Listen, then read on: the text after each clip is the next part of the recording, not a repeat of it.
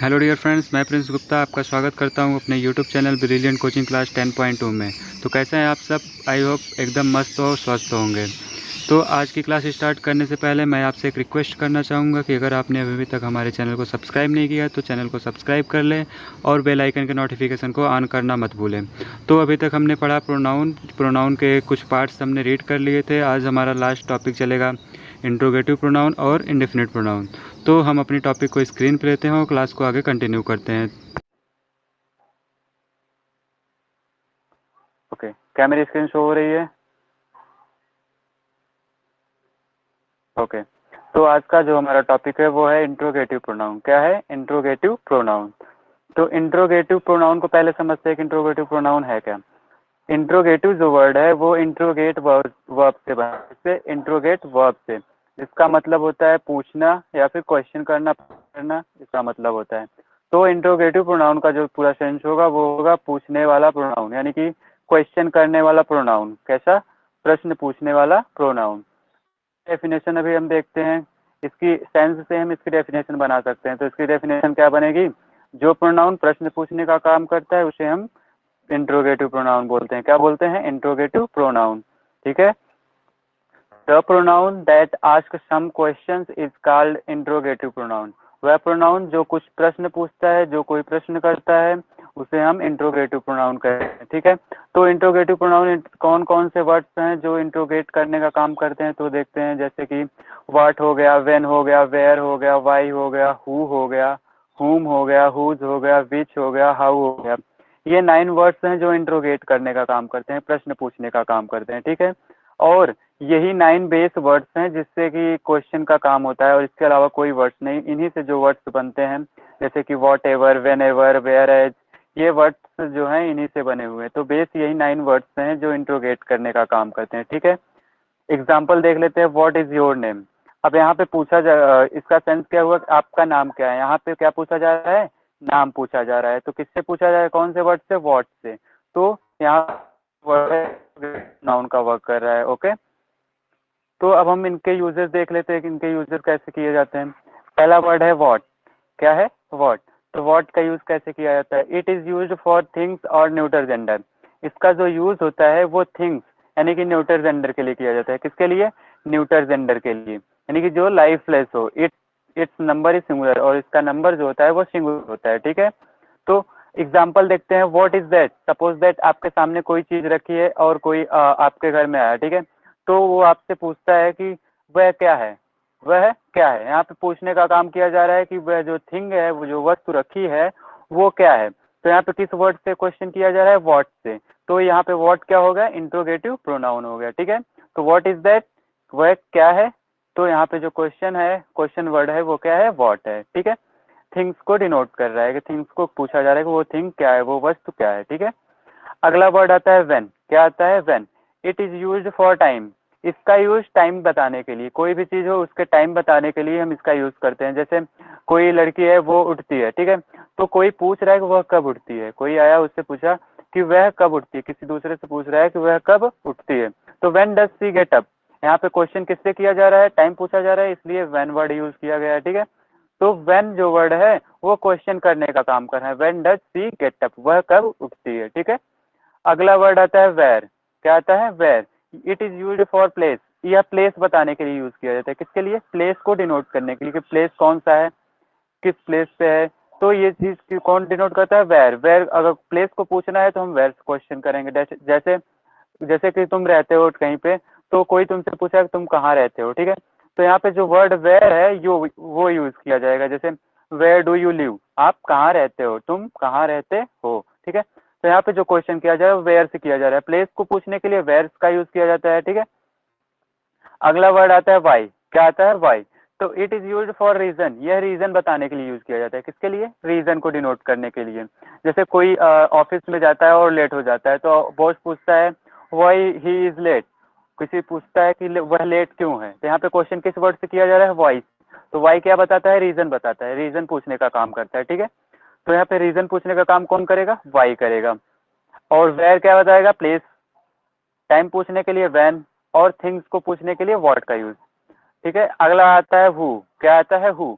तो हु किसको पूछने के लिए, पर्सन को पूछने के लिए यूज किया जाता है। तो सिंपल से अब इसको देखते हैं, it is use for person, यह पर्सन या फिर एनिमल्स के लिए यूज किया जाता है सब्जेक्ट के रूप में, ठीक है, सब्जेक्ट को पूछने के लिए कि वह कौन है, मतलब कोई पर्सन एनिमल है तो वह एज अ सब्जेक्ट इस नंबर इज 0 प्लूरल, और सब्जेक्ट के फॉर्म ये सिंगुलर का भी वर्क करता है और प्लूरल का भी वर्क करता है, ठीक। जैसे कि एग्जांपल देख लीजिए, आपसे कोई पूछता है कि हु इज योर फादर, आपके पिताजी कौन है, ठीक है, तो आप बताएंगे मेरे फादर फार्मर है, ठीक है। तो यहाँ पे जो वर्ड है हु, ये पर्सन को डिनोट कर रहा है, पर्सन को पूछ रहा है कि वह कौन है, वह कौन है, ठीक। तो पर्सन को कौन पूछ रहा है, हु पूछ रहा है। और अगला वर्ड आता है हुम, it is you objective case of who.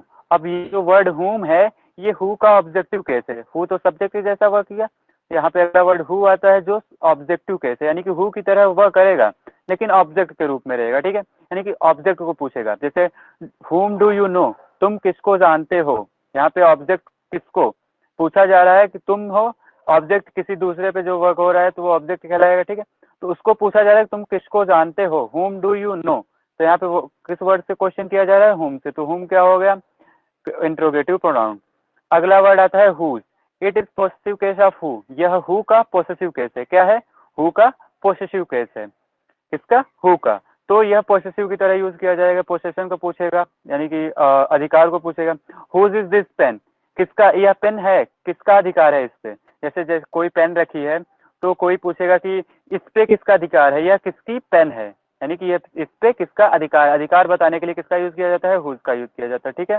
तो हुज इज दैट पेन, वह पेन किसका है, ये हो गया। अगला वर्ड जो हमारा आता है वो है विच, क्या आता है, which, which is used for choosing something or someone, यह ऑप्शन चूज करने के लिए यूज किया जाता है, किसके लिए, ऑप्शन को चूज करने के लिए, अल्टरनेट को चूज करने के लिए। विच इज, जैसे ढेर सारी बुक्स रखी हैं, उसमें आपकी भी कोई बुक रखी होगी, ठीक है, तो उसमें आपकी बुक कौन सी है ये पूछने के लिए कौन सा वर्ड यूज किया जाएगा, विच, अल्टरनेट चूज करने के लिए। जैसे कि विच इज योर बुक, ढेर सारी बुक्स रखी हैं, उसमें आपने कोई किसी ने पूछा विच इज योर बुक, आपकी बुक कौन है, तो इसमें ऑप्शन चूज करने के लिए किसका यूज किया जा रहा है, विच का, तो विच क्या हो गया, अल्टरनेटिव वर्ड हो गया जो ऑप्शन चूज करने का वर्क करता है, ठीक है। वर्ड आता है how, it is use for condition, यह कंडीशन बताने के लिए यूज किया जाता है, किसके लिए, कंडीशन को डिनोट करने के लिए, कंडीशन कैसी है, किसी से पूछना हो गया, जैसे कोई है आपके सामने, आप उससे पूछते हो, मिलते ही पूछते हो कि हाउ आर यू, आप कैसे हो, तो उनकी कंडीशन पूछ रहे हो ना कि आप कैसे हो, आपकी तबीयत कैसी है, तो हाउ आर यू, हाउ क्या डिनोट करता है, आपकी तबीयत को डिनोट करता है, ठीक है। तो ये हो गया हाउ का वर्क, कंडीशन बताने के लिए। अगला, फिर यहाँ तक आपको समझ में आया, यही 9 वर्ड्स हैं जो इंट्रोगेट करने का वर्क करते हैं, ठीक है। अब देखिए फिर से रिवर्स में, हाउ कंडीशन बताने के लिए यूज किया जाएगा, विच अल्टरनेट बताने के लिए यूज किया जाएगा, हुज पोसेशन बताने के लिए यूज किया जाएगा, हुम ऑब्जेक्टिव केस में हु के यूज किया जाएगा, हु जो है वो सब्जेक्टिव केस के रूप में यूज किया जाएगा पर्सन और एनिमल को डिनोट करने के लिए। अब यहाँ पे हमने पढ़ा था पर्सनल प्रोनाउन में 3 केसेस पढ़े थे, सब्जेक्टिव, ऑब्जेक्टिव और पॉसेसिव। तो यहाँ पे हु जो है वो एक तरह से प्रोनाउन है जिसका सब्जेक्टिव केस भी है, ऑब्जेक्टिव केस भी है और पॉसेसिव केस भी है, तो इसको हम उस कैटेगरी में रख सकते हैं, ठीक है। अब अगला वर्ड जो आता है वो था वाई, यह रीजन बताने के लिए यूज किया जाता है, किसके लिए, रीजन को डिनोट करने के लिए। अब वेयर जो है वो प्लेस को डिनोट करने के लिए, प्लेस को पूछने के लिए यूज किया जाता है, टाइम टाइम पूछने के लिए व्हेन का यूज किया जाता है, और किसी थिंग को पूछने के लिए व्हाट का यूज किया जाता है। तो ये कुछ थे इंट्रोगेटिव वर्ड्स जो इंट्रोगेट करने का काम करते हैं, और पूरे इंग्लिश में केवल यही 9 इंट्रोगेटिव वर्ड्स हैं जो इंग्लिश में वर्क करते हैं इंट्रोगेट करने का, ठीक है। तो ये वाला इंट्रोगेटिव वर्ड का टॉपिक, इंट्रोगेटिव प्रोनाउन टॉपिक हमारा खत्म हुआ। अगला टॉपिक आता है इंडेफिनिट प्रोनाउन। क्या आता है, इंडेफिनिट प्रोनाउन। इंडेफिनिट का सेंस होता है अनिश्चित, क्या होता है, अनिश्चित। प्रोनाउन का अर्थ होता है सर्वनाम। तो ये समझने से पहले आपको पूछते हैं कि आपने क्या इंट्रोगेटिव प्रोनाउन को अच्छी तरह समझ लिया है, अगर समझ लिया तो हैंड रेज करें ताकि हम आगे बढ़ सकें। ओके, तो हम आते हैं इंडेफिनिट प्रोनाउन पे। इंडेफिनिट प्रोनाउन अनिश्चित सर्वनाम, ठीक है, इसको समझते हैं पहले। The pronoun that does not refer to any specific person or thing is called indefinite pronoun. जो जो प्रोनाउन किसी स्पेसिफिक पर्सन रहेगा बट स्पेसिफिक नहीं रहेगा, विशेष नहीं रहेगा, ठीक है, तो प्लेस या फिर थिंग को डिनोट करता है, वो उसे हम क्या बोलेंगे, इंडेफिनिट प्रोनाउन। ठीक है, जो प्रोनाउन किसी स्पेसिफिक पर्सन, प्लेस या फिर थिंग को मॉडिफाई डिनोट नहीं करता है, बताता नहीं है, उसे हम इंडेफिनिट प्रोनाउन कहते हैं। जैसे एग्जांपल्स हो गए, आल हो गया, ये किसी स्पेसिफिक पर्सन को नहीं बताएगा, ये सबको बताएगा। सम हो गया, ये भी किसी स्पेसिफिक पर्सन को नहीं बताएगा। फ्यू हो गया, मैनी हो गया, वन हो गया, मच हो गया। ये वर्ड्स हैं जो इंडेफिनिट प्रोनाउन के कैटेगरी में रखे गए हैं, जो किसी स्पेसिफिक पर्सन, प्लेस या फिर थिंग को डिनोट नहीं करते हैं। ओके, आगे हम इनके यूजेस देखते हैं कि ये जो वर्ड्स इंडेफिनिट प्रोनाउन के हैं, इनको कैसे यूज किया जाता है, ये किस तरह यूज किए जाते हैं। ठीक है, तो पहला वर्ड आता है ऑल। क्या आता है, ऑल। ऑल का यूज कैसे किया जाता है ये देखते हैं। When it denotes any person, जब यह किसी पर्सन को डिनोट करता है, यह क्या कहते हैं, स्पेसिफिक पर्सन को नहीं बट पर्सन को डिनोट कर, जब किसी पर्सन को डिनोट करेगा तो इसका नंबर प्लूरल होगा, और जब ये किसी मैटर को डिनोट करेगा तो इसका नंबर सिंगुलर होगा। ठीक है, जब मैटर को डिनोट करेगा यानी कि कंडीशन को डिनोट करेगा कि कैसे है, क्यों है, तो ये क्या कहलाएगा, सिंगुलर नंबर का। और जब पर्सन को डिनोट करेगा तो प्लूरल नंबर का कहलाएगा। जैसे ऑल इज वेल, यहाँ पे बताया जा रहा है कि सब कुछ ठीक ठाक है। ठीक, तो यहाँ पे मैटर डिनोट किया जा रहा है। क्या डिनोट किया जा रहा है, मैटर, कंडीशन। तो ये क्या हो गया, सिंगुलर नंबर का, इसीलिए यहाँ पे सिंगुलर वर्ब यूज किया गया है, इज। अगला आता है ऑल आर वेल, सब ठीक हैं। यहाँ पे पर्सन को बताया जा रहा है कि सभी पर्सन ठीक हैं, इसलिए यहाँ पे इसका नंबर प्लूरल हो गया और वर्ड आर का यूज किया गया एज अ वर्ब। ठीक है, ऑल का यूज समझ में आया। ओके, आगे कंटिन्यू करते हैं। सम और फ्यू, दो वर्ड्स आते हैं, सम और फ्यू। इनका दोनों का सेंस सेम होता है, यूजेज सेम ही होता है, लेकिन कहीं कहीं पे इनका यूजेज डिफरेंट हो जाता है, वो आगे आपको बताया जाएगा। It is use for both S and P group, यह सिंगुलर और प्लूरल दोनों नंबर्स के लिए यूज किए जाते हैं। ठीक है, एस एंड पी दोनों ग्रुप्स के लिए यूज किए जाते हैं। इट्स नंबर इज सिंगुलर, लेकिन इसका नंबर जो होता है वो सिंगुलर होता है। नंबर क्या होता है, सिंगुलर होता है, यानी कि एक वचन। जैसे एग्जाम्पल में देख लेते हैं, सम और फ्यू आर बॉर्न ग्रेट। सम या फिर कुछ, दोनों का सेंस सेम है, तो हम सम को भी यूज कर सकते हैं, फ्यू को भी यूज कर सकते हैं। ठीक है, तो सम आर बॉर्न ग्रेट या फिर फ्यू आर बॉर्न ग्रेट, कुछ महान पैदा हुए हैं और कुछ महान पैदा हुए हैं, दोनों का सेम सेंस होगा। ठीक है, तो यहाँ पे सम और फ्यू का यूज देख चुके हैं। अब अगला आता है वर्ड वन। ये it denotes any one of it his group, it's number is singular. यह किसी ग्रुप का किसी एक पर्सन को डिनोट करता है। किसको, किसी ग्रुप के किसी एक पर्सन को डिनोट करता है, और इसका नंबर जो होता है वो सिंगुलर होता है। क्या होता है, सिंगुलर नंबर होता है।